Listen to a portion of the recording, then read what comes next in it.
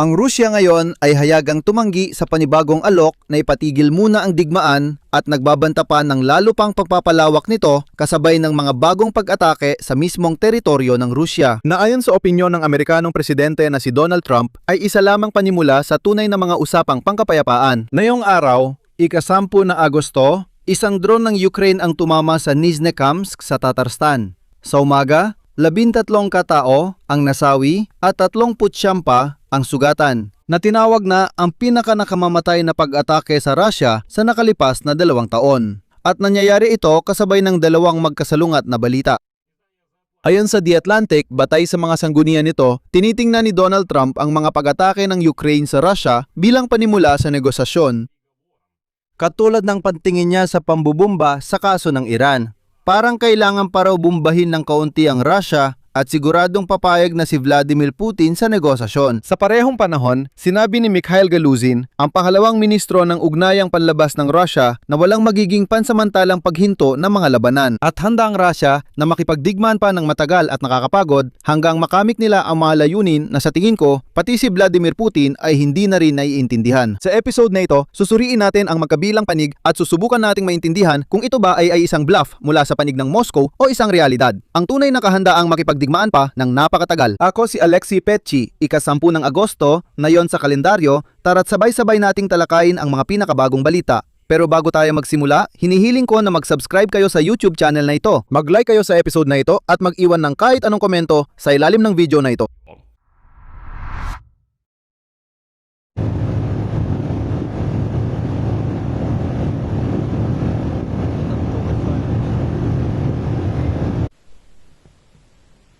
Kaya sisimulan natin ang episode na ito sa pag-atake ng Ukrainian drone sa Nizhnekamsk sa Tatarstan dahil ito ang nagsisilbing background kung saan umiikot ang lahat ng iba pang pahayag ngayong araw. Ang Nizhnekamsk ay matatagpuan mahigit 1,000 kilometro sa silangan ng Moscow. Nandoon ang isang malaking makabagong kompleks ng pagpipino ng langis na kinabibilangan ng Taneko, Taif-NK at mga pasilidad ng Sibur. Ang video na kumalat sa social media ay napapakita ng malaking sunog at makakapal na usok sa isang lugar na sabihin na nating kahawig ng mga typical na tour ng oil refinery. Sa tingin ko, malalaman natin ang lawak ng pinsala ng kaunti pang masuli kapag may malinaw na satellite images na. Hindi na ito ang unang pag-atake sa particular na complex na ito. Noong ika-8 ng Hulyo at ika-12 ng Hunyo, inatake rin ito ng mga Ukrainian drone. Sa kabuuan, halos araw-araw nitong mga nakaraang buwan ay binobomba ng Ukraine gamit ang mga drone na pangmalayuan ang mga oil facility ng Russia. At ang kampanyang ito ay nagdulot ng kakulangan sa fuel sa buong Russia, tinamaan ng pagpipino ng langis at kahit papaano ay medyo nabahala ang lipon ng Ruso. Tinatawag ito ni Pangulong Volodymyr Zelensky ng Ukraine bilang isang kampanya na layuning pilitin si Vladimir Putin na maupo sa mesa ng negosasyon at itigil ang mahigit 4 na taong malawakang pananakop ng mga mababangis na Ruso sa Ukraine. At sa parehong konteksto, ngayong araw ay inilatala ng The Atlantic ang isang artikulo na naglalantad ng mga bagong detalye na dati ay hindi pa isiniwalat. Ayon sa mga source ng The Atlantic, nagbibigay ang Estados Unidos ng impormasyong paniktik sa Ukraine, kasama na ang datos para sa mga pag-atake sa mga posisyon ng tropang Ruso sa Ukraine at sa mga pasilidad ng infrastruktura ng enerhiya mismo sa loob ng Russia. At ayon sa mga source, ang tagumpay ng ganitong pulisya ay iniuugnay sa direktor ng CIA, si John Redcliffe, na ayon sa ulat, at ito ay CP mula sa The Atlantic, ay pinapahanga si Donald Trump habang naglalaro ng golf. Sa pamamagitan ng nakakagulat na datos tungkol sa mga kaswalti ng Russia sa labanan, binabanggit ang bilang na higit sa 40,000 katao kada buwan. At narito pa ang isa pang sipi mula sa isa sa mga kinatawan ng kanluraning intelihensya na nagpapaliwanag ng lohika ni John Redcliffe. Hindi gusto ni Trump ang mga talunan. At ngayon, binibigyang diin ng The Atlantic na ang Ukraine sa kasalukuyan ay itinuturing sa Estados Unidos ng Amerika bilang panig na nananalo. At sa ganitong kalagayan, ang hilig ni Trump na tumigil sa pagsuporta dito ay kapansin-pansing nababawasan. Ang pangunahing pahayag sa artikulo ng The Atlantic ay ganito. Tinatawag ni Zelensky ang kanyang mga pag-atake sa gabi sa mga Russian oil refinery bilang mga parusang pangmalayuan. Maaaring tinitingnan pa nga ni Trump ang mga pambobombang ito bilang panimula sa negosasyon tulad ng pagtingin niya rito sa kaso ng Iran. Ibig sabihin, ito rin ang parehong pamamaraan na tinalakay natin kaugnay ng kipot ng Hormuz. Una, militar na presyon, pagkatapos ay kasunduan sa ilalim ng mismong presyor na iyon. Sa madaling salita, naniniwala si Trump sa ganitong paraan. Sa totoo lang, sa parehong malawak na material na ito, ipinaliwanag kung bakit natatagalan ng usapin tungkol sa pagbibigay ng lisensya para sa paggawa ng mga Patriot na misil sa Ukraine. Isa sa mga Republikano ang nagsabi sa publikasyon na ang mga kumpanyang Raytheon at Lockheed Martin CP, natatakot na baka makahanap ng paraan ang mga Ukrainyano na mapabuti pa ang Patriot at pagkatapos ay magsisimula silang gumawa ng mga sistemang ito sa industrial na antas ng mas mabilis at mas mura kaysa sa kayang gawin ng mga kasalukuyang linya ng produksyon sa Estados Unidos ng Amerika. Ibig sabihin, hindi lang geopolitika ang nagpapabadal dito, kundi pati na rin ang karaniwang takot sa kompetisyon mula sa sarili nilang mga defense contractor. At ipinakita na ng Ukraina na talagang kaya nilang makahanap ng sapat na mura, ito ay murang solusyon. Ayun, kahit sa mismong Rusya, kahit na binobomba sila, patuloy pa rin nilang inihahanda ang kawan ng mga Ruso para sa matagalang digmaan. Sinabi ng pangalawang pinuno ng kagawaran ng ugnayang panlabas ng Federasyon ng Rusya na si Mikhail Galuzin, at ito ay CP, hindi papayag ang Rusya na itigil pansamantala ang mga labanan sa Ukraina nang hindi tinatanggal ang mga pangunahing dahilan ng digmaan. Gaya ng paulit-ulit na sinabi ng Pangulo ng Rusya, idadagdag ko mula sa aking sarili, yung katawa-tawang si Vladimir Putin na kung hindi aalisin ang mga pangunahing dahilan ng krisis na ito, imposibleng magkaroon ng anumang freeze. At ayon kay Galuzin, sa kasalukuyan, nawala na ng anumang koneksyon sa realidad si Zelensky at sinusubukan niyang palalain pa ang sigalot na ito. Pagkatapos, binanggit pa ni Galuzin ng hiwalay ang mga pag-atake sa enerhiyang infrastruktura at dito lumitaw ang tunay na ugali ng mga Ruso, lumabas ang kabulukan mula sa mga bastos na ito.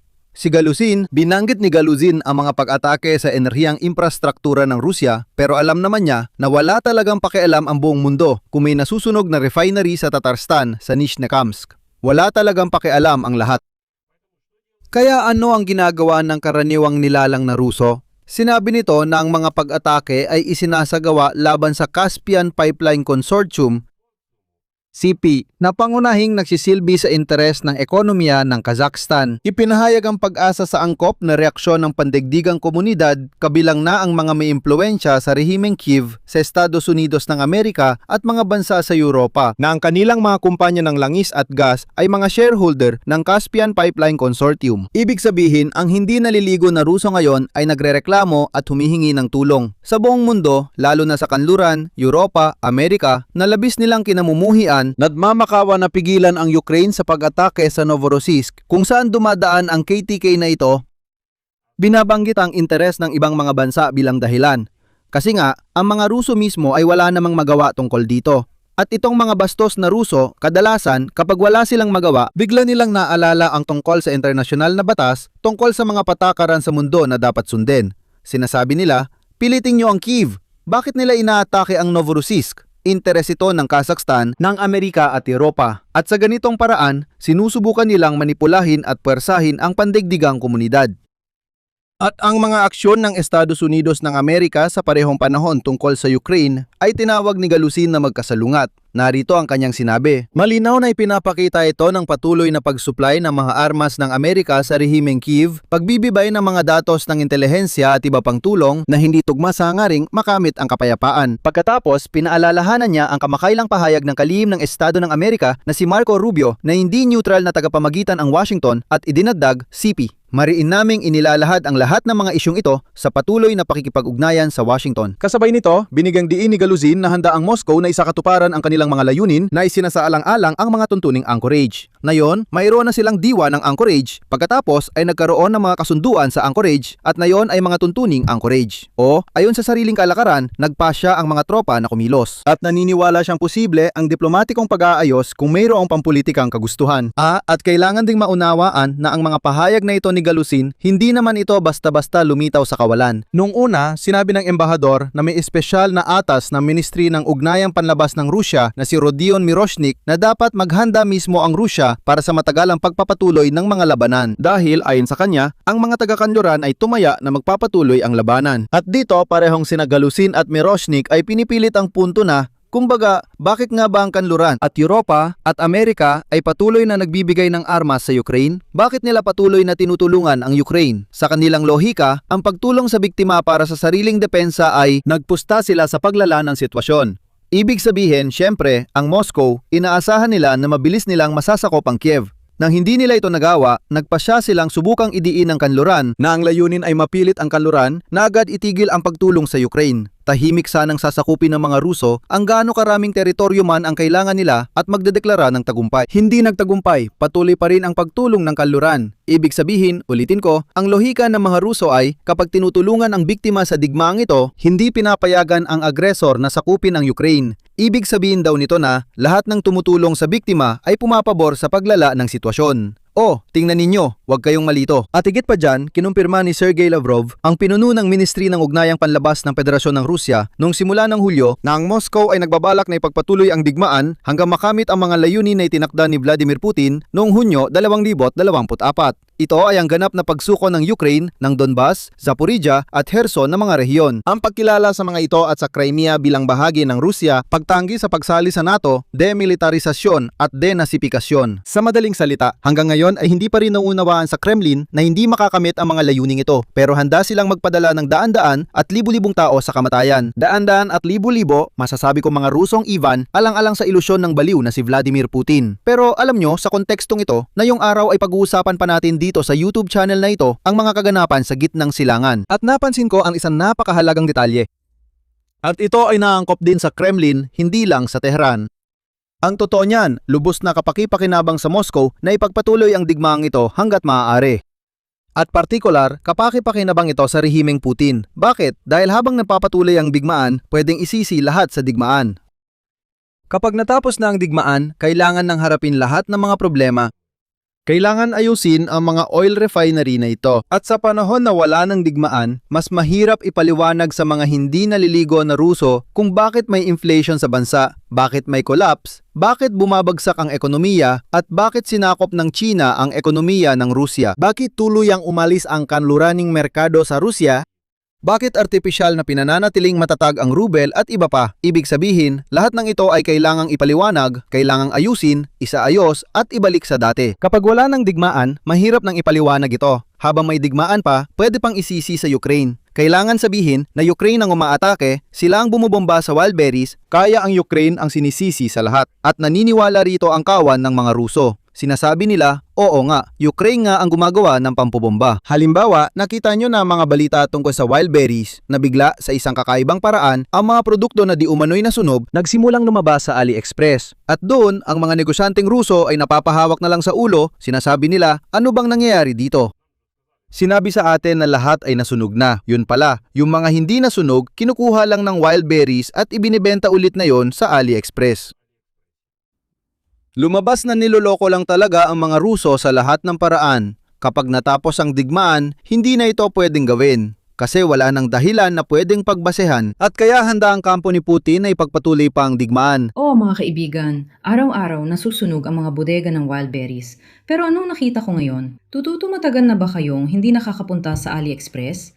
Dapat mga kaibigan, tara, ipapakita ko. Pasok tayo sa AliExpress. Sa search, isulat natin ang sariling brand. Ang brand ko ay La Vita. Idagdag natin ang dress. Anong nakikita natin? Lahat ng mga top namin. Pero, hindi lahat. Halos lahat ay nasunog na. Mataas ang presyo, mababa ang rating, pinataas ang bilang. Pinakamalaga, sasabihin ko, kahit ang mga sukat ay inayos din.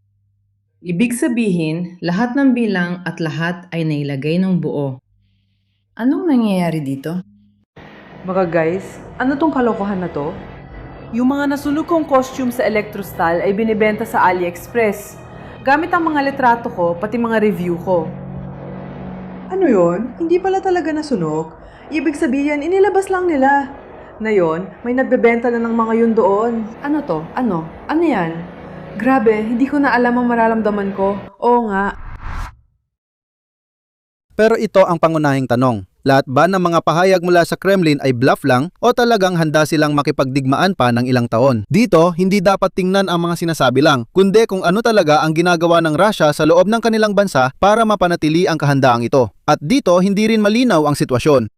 Sa isang banda, talagang may mekanismo ang Kremlin para mapunan ang kanilang puwersa sa digmaan ng hindi formal na nagdedeklara ng mobilisasyon. Pagsapit ng Agosto 2026, 56 na rehiyon sa Russia ang nagpatupad ng mga gantimpalang salapi para sa tinatawag na mga tagapagikayat na mga papasok bilang kontraktual na sundalo. Isang taon na ang nakalipas, 31 lang ang mga rehiyong ito. Ibig sabihin, nagbabayad ang mga rehiyon ng pera sa mga naghihikayat sa mga Rusong Ivan na sumali at mamatay sa Ukraine. Ang pinakamabilis na pagtaas ay sa tinatawag na subsidized na reyon ng Smolensk. Dito, ang mga premyo para sa mga recruiter, mga tagapaghikayat na mga papasok bilang kontraktual na sundalo ay tumaas ng 10 beses. Uulitin ko, hindi ito para sa mga pipirma ng kontrata. Ang pera ay binibigay sa mga naghahanap ng mga tanga-tangang Ivan na pipirma ng kontrata at pupunta para mamatay sa Ukraine.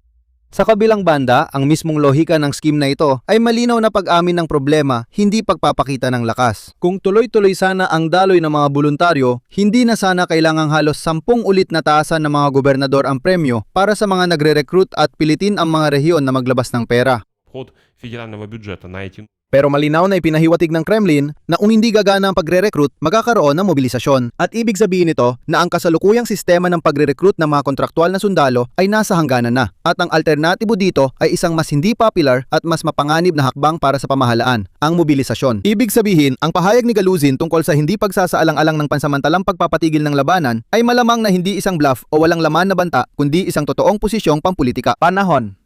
Panahon.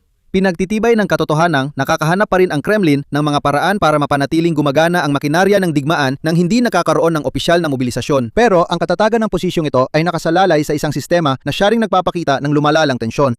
Ang pagtaas ng premyo ng 10 beses sa loob ng isang taon ay malinaw na palatandaan ng kawalang tatag. Ibig sabihin nito, hindi na gumagana ang mga dating insentibo para sa mga Rusong Ivanov. At kahit ang tangang Rusong Ivan ay hindi na nagpapaloko sa kung anong kontrata o malaking halaga ng pera dahil nakikita niya na ang mga kapwa niyang Ivan ay pumunta na sa Ukraine, namatay doon at doon na natapos ang kanilang buhay. At nangyayari ito mismo sa panahon ng mga pag-atake ng mga Ukrainian sa mga oil refinery katulad ng nangyaring pag-atake ngayon sa Nizhnekamsk sa Tatarstan ay napinsala na ang supply ng gasolina sa buong Russia. Sa ibang salita, tumatanggi ang Moscow sa negosasyon hindi dahil sigurado sila sa kanilang lakas, kundi dahil ang alternatibo ay ang hayagang pag-amin ng kabigiwan. At sa ngayon, mas mabigat pa yan para sa kanila sa politika kaysa sa pagtigil ng digmaan. Kaya dapat magpatuloy at palakasin pa ang mga pag-atake. Dito ko natatapusin, isulat ninyo ang inyong opinyon at mga konklusyon sa mga komento sa ilalim ng episode na ito, mag-subscribe sa channel, pindutin ang kampanilya at huwag kalimutang mag-like. Yun lang po, ingatan ninyo ang inyong sarili, paalam sa lahat.